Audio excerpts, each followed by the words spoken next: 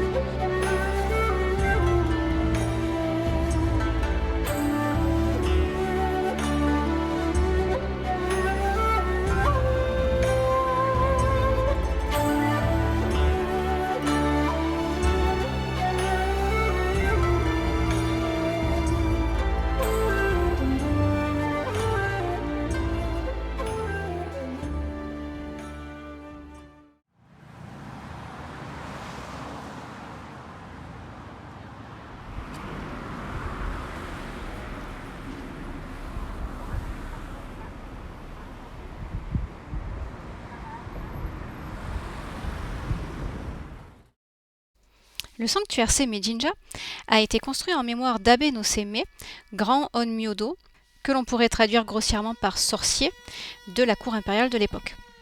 C'est un personnage tellement populaire qu'il y a un nombre faramineux d'œuvres qui lui sont dédiées, que ce soit des œuvres cinématographiques, littéraires, mais aussi des mangas. Et c'est un personnage qui est aussi présent dans la culture vidéoludique.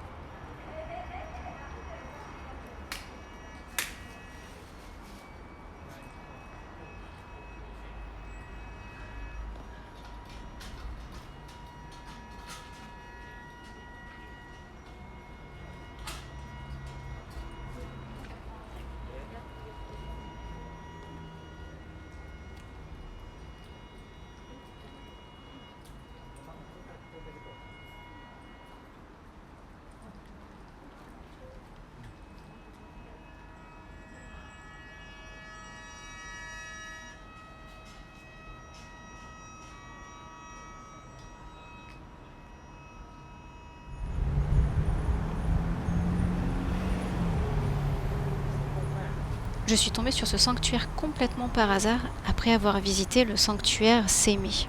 Et ça fait partie de ces surprises que l'univers met sur votre chemin à un moment donné, et j'en suis vraiment ravie parce que c'est un sanctuaire assez grand, très joli, à l'architecture très élaborée, aux dessins, aux peintures et aux sculptures vraiment vraiment belles, avec quelques surprises qui rajoutent un côté vraiment très mignon à l'ensemble.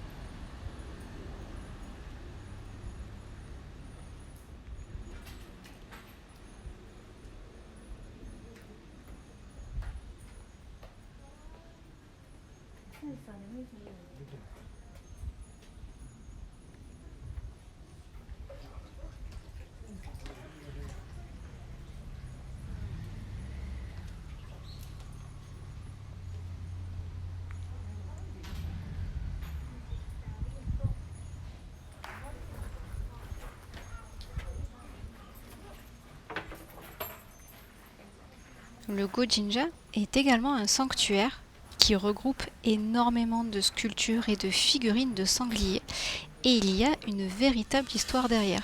Je vais vous la faire courte. Un seigneur d'une certaine époque s'est vu exilé par un autre seigneur. En chemin, il se serait apparemment blessé les jambes, et pour rajouter à son malheur, des assassins ont été embauchés pour le tuer. Mais au moment où ces assassins allaient justement commettre leurs méfaits, une horde de centaines de sangliers sont arrivés et ont protégé notre seigneur en exil. L'histoire raconte que suite à cet épisode, ses blessures aux jambes se seraient guéries, et donc il décida de dédier un sanctuaire pour la protection des jambes, des pieds, du bas du dos, mais aussi pour rendre hommage à ses sauveurs, les sangliers.